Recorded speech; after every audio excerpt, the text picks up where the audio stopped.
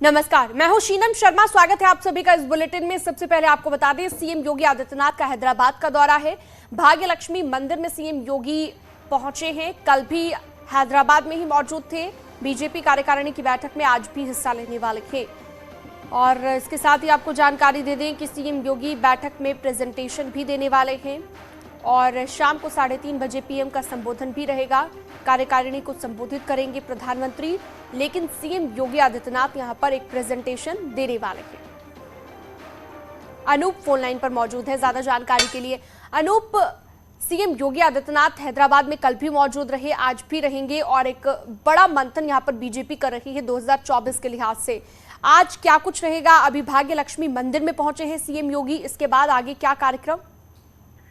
देखिए, आपको बता दूं कि हैदराबाद में बीजेपी राष्ट्रीय कार्यकारिणी की बैठक चल रही है और इस बैठक में शिरकत करने के लिए उत्तर प्रदेश के मुख्यमंत्री योगी आदित्यनाथ हैदराबाद में हैं। कल ही वो यहां पहुंच चुके हैं। कल उन्होंने सक्रिय भागीदारी इस बैठक में की थी, क्योंकि जो पिछले दिनों उत्तर प्रदेश विधानसभा चुनाव में जो जीत मिली थी उस पर भी एक सत्र रखा गया था, जिसको स्वतंत्र देव सिंह ने कंडक्ट किया था। आज सुबह देखिए, हैदराबाद में भाग्य लक्ष्मी टेम्पल का अपना महत्व है। ऐसे में आज योगी आदित्यनाथ जिस तरीके से वहां पहुंचे हैं, अपने आप में इसका खासा महत्व है। दूसरी तरफ बता दूं कि आज पूरी नजरें जो है वो राष्ट्रीय कार्यकारिणी की बैठक में प्रधानमंत्री नरेंद्र मोदी के संबोधन पे टिका हुआ रहेगा कि अपने कार्यकर्ताओं को क्या मूल मंत्र देते हैं। इसके अलावा जिस तरीके से उत्तर प्रदेश सरकार लोगों के लिए काम कर रही है, उसको लेकर के आज इस कार्यकारिणी की बैठक में एक सत्र रखा गया है, जिसमें योगी आदित्यनाथ ब्यौरा देंगे कि किस किस तरीके के जनता से जुड़े हुए काम राज्य सरकार ने किए हैं। तो ये काफी महत्वपूर्ण कहा जा सकता है और उत्तर प्रदेश के लिहाज से ये खासा महत्वपूर्ण है, जिस तरीके से योगी आदित्यनाथ अपना ब्यौरा इसमें पेश करेंगे। जी बिल्कुल। और साथ ही जैसे कि आपने जिक्र किया कि प्रधानमंत्री के संबोधन पर आज नजर रहेगी। अभी भाग्य लक्ष्मी मंदिर में सीएम योगी पहुंचे हैं, कितनी देर में यहां से निकलने का कार्यक्रम है अनूप? देखिए, थोड़ी ही देर के बाद यहाँ पूजा अर्चना करने के बाद योगी आदित्यनाथ भाग्य लक्ष्मी टेम्पल से निकल जाएंगे। चूंकि 10 बजे से राष्ट्रीय कार्यकारिणी की बैठक शुरू होने वाली है। आज की जो बैठक है वो काफी कह सकते हैं कि महत्वपूर्ण है, क्योंकि सुबह में ही राजनीतिक प्रस्ताव खुद गृह मंत्री अमित शाह पेश करेंगे। वो भी अपने आप में काफी महत्वपूर्ण है। जिस तरह से पूरे देश में राजनीतिक हालात हैं, उसको लेकर के एक ब्यौरा जो है वो अमित शाह की तरफ से पेश किया जाएगा, वो भी काफी महत्वपूर्ण है। दूसरी तरफ जो एक सत्र होगा जिसमें राज्यों की रिपोर्टिंग होगी, संगठन से रिपोर्टिंग ली जाएगी, उसके बाद आखिरी में प्रधानमंत्री नरेंद्र मोदी का संबोधन होगा। तो काफी हैक्टिक शेड्यूल है आज। ऐसे में सुबह सुबह भाग्य लक्ष्मी अभी पहुंचे हैं, थोड़ी ही देर के बाद वो निकलेंगे और उसके बाद राष्ट्रीय कार्यकारिणी की बैठक में शिरकत करेंगे। बिल्कुल। और साथ ही अनूप, आज एक प्रेजेंटेशन भी मुख्यमंत्री की ओर से दी जानी है। इस प्रेजेंटेशन के महत्वपूर्ण बिंदु अगर आप बता पाए, क्योंकि काफी महत्वपूर्ण ये प्रेजेंटेशन भी रहेगा सीएम योगी का। देखिए, चूंकि ये पूरा इंटरनल मीटिंग है बीजेपी की राष्ट्रीय कार्यकारिणी की बैठक में, तो ऐसे बिंदुवार तरीके से बताना ठीक नहीं होगा। लेकिन जो सूत्रों के हवाले से जो पता चला है कि जो अब तक योगी आदित्यनाथ सरकार ने जनता से जुड़े हुए काम खास तौर पर उत्तर प्रदेश में किए हैं, उसका पूरा एक ब्यौरा जो है इस सत्र में पेश किया जाएगा कि किस तरीके से जनता के लिए, किस तरीके से गरीबों के लिए, किस तरीके से पिछड़ों के लिए इस सरकार ने कामकाज किए हैं पिछले दिनों। न केवल इस विधानसभा चुनाव के जीतने के बाद, बल्कि अब तक का जो पूरा एक खाका है वो इस कार्यकारिणी में पेश किया जाएगा। देखिए, 2 राज्यों को ये मौका मिला है, जिसमें हिमाचल प्रदेश है और दूसरा उत्तर प्रदेश है। तो अपने आप में महत्वपूर्ण है और कहीं ना कहीं ये जो एक मॉडल, एक राज्य का जो मॉडल है, वो सभी राज्यों के लिए एक तरह से ये पेश किया जाएगा कि किस तरीके से देखिए इन राज्यों में जो राज्य सरकारें हैं वो काम कर रही है। दूसरों के लिए सीख भी इसमें रहेगा। खुद योगी आदित्यनाथ इस सत्र को कंडक्ट करेंगे। जी, यानी कि कुल मिलाकर कई ऐसे महत्वपूर्ण विषय रहेंगे जिन्हें लेकर प्रेजेंटेशन होगा और लगातार अपने दर्शकों को हैदराबाद से लाइव तस्वीरें भी हम दिखा रखे हैं। भाग्य लक्ष्मी मंदिर में पहुंचे हैं सीएम योगी आदित्यनाथ और मेरे सहयोगी लगातार जानकारी दे रहे हैं। कुल मिलाकर अगर देखा जाए अनूप, तो आज का ये जो मंथन है, जो कि कल भी जारी रहा, आज दूसरा दिन है। 2024 पर नजर है बीजेपी की। तमाम अन्य बड़े नेता भी बीजेपी के मौजूद रहने वाले हैं। बीजेपी शासित राज्यों के जो मुख्यमंत्री हैं वो भी पहुंचेंगे और सीएम योगी भी पहुंचेंगे। तो ऐसे में 2024 पर यानी कि अभी से बीजेपी ने नजरें गड़ा ली। देखिए, बीजेपी एक ऐसी पार्टी है जब एक चुनाव खत्म होने के बाद दूसरे चुनाव में लग जाती है। ऐसे में 2024 लोकसभा चुनाव बीजेपी के लिए काफी महत्वपूर्ण है और खास तौर पे आपको बता दूं कि उत्तर प्रदेश जैसा राज्य बीजेपी के लिए हमेशा से बहुत महत्व रखता है।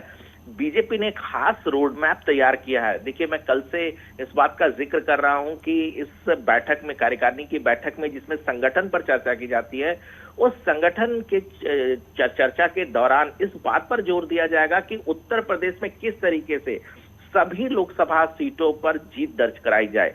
और बीजेपी ने इसके लिए खास रणनीति भी बनाई है। जाहिर सी बात है, जिस तरीके से वहां संगठन में इस बैठक के बाद आप देखिएगा कि संगठन में आमूलचूल परिवर्तन देखने को मिलेगा। चूंकि प्रदेश अध्यक्ष भी नया बनाना है, उस पर भी कल की बैठक में भी चर्चा हुई है, आज की बैठक में भी चर्चा होगी और जाहिर सी बात है कुछ दिनों में इसकी घोषणा भी कर दी जाएगी। तो एक आमूलचूल परिवर्तन संगठन के स्तर पर देखा जाएगा उत्तर प्रदेश में और इस पर जो मुहर है वो इसी कार्यकारिणी की बैठक में लगाई जाएगी। तो एक बहुत महत्वपूर्ण बैठक है और एक रोड मैप तैयार किया जाएगा कि किस तरीके से लोकसभा चुनाव की तैयारी। बिल्कुल, और अनूप, ये रोड मैप बनाना जरूरी भी हो जाता है। बीजेपी, आपने जैसा कि जिक्र किया कि चुनाव खत्म होते ही अगले चुनाव की तैयारी में जुट जाती है और वही यहाँ पर नजर आ रहा है। बहुत शुक्रिया, आप नजर बनाए रखिएगा।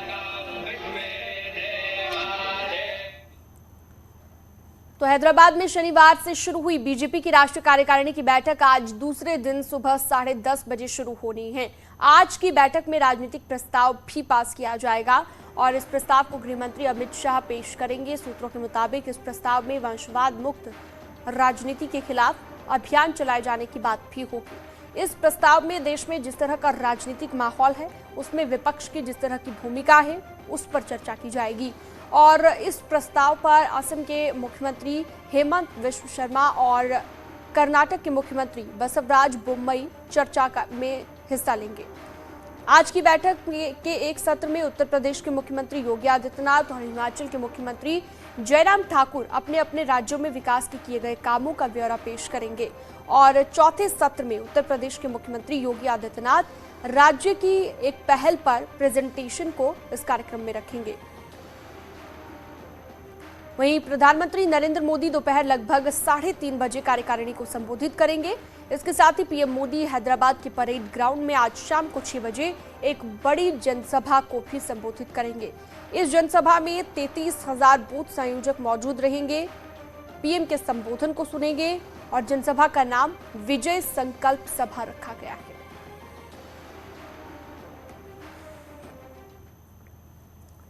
तो हैदराबाद में बीजेपी की राष्ट्रीय कार्यकारिणी की बैठक शनिवार को शुरू हुई, जिसमें आर्थिक और गरीब कल्याण प्रस्ताव पास हो गया कि राजनाथ सिंह ने यह प्रस्ताव पेश किया। तो वहीं बैठक में 10 लाख रोजगार देने के ऐलान की भी तारीफ हुई।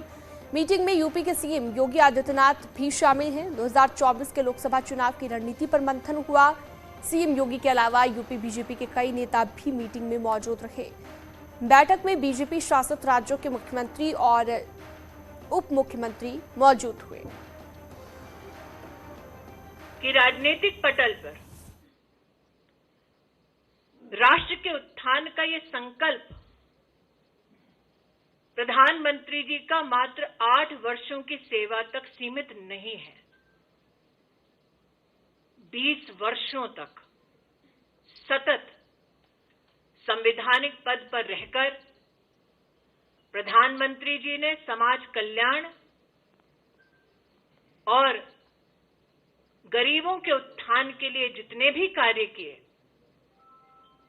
वो हम सब कार्यकर्ताओं के लिए प्रेरणा है। कि मोदी जी का विरोध करते करते विपक्षी दल देश का विरोध करने लगे, ये भी उनके लिए उचित नहीं है।